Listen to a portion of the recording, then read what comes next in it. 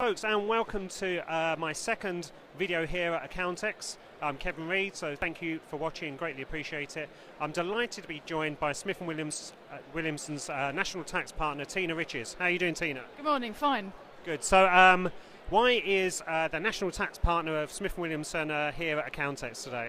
I was actually here in my capacity as a CIT volunteer. I'm Vice Chairman of their Digital Committee.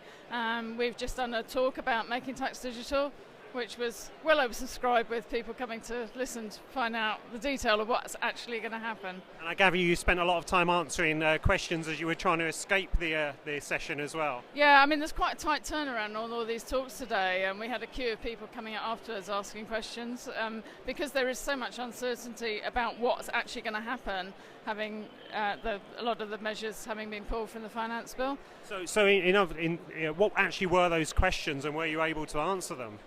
To some extent, I think there's been a lot of misconception that MTD have been cancelled or pulled and deferred for some time.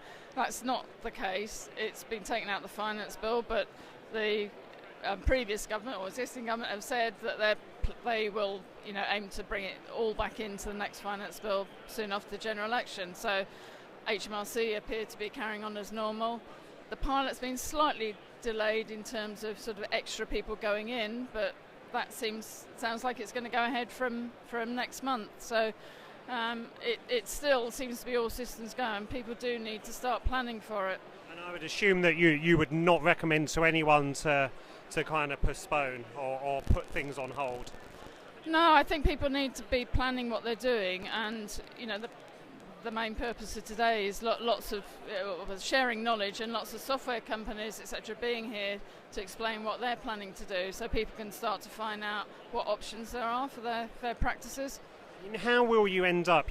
Some of these practices will have hundreds of clients that will go from one big conversation a year to potentially 4 or 5 smaller conversations over information that's seen as not necessarily value added, or it's just red tape. How are firms going to manage that?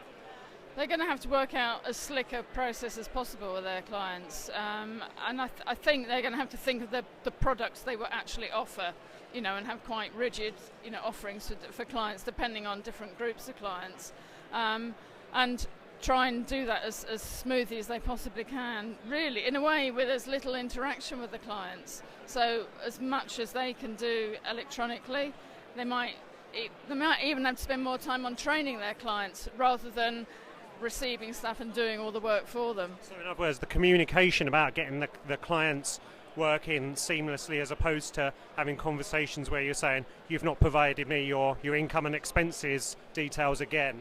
Yeah, precisely. And I mean, one good thing about this is that it's all about getting people onto digital reporting, recording, whether it's the client doing the recording or the accountant.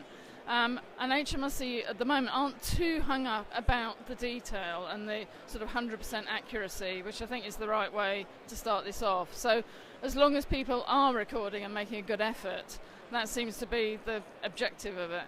Okay, wonderful. Well, Tina, thank you very much for your time. Let me catch you on the hop there. Having to answer more questions post your seminar. And have a good Accountex. Thank you, Kevin. Bye.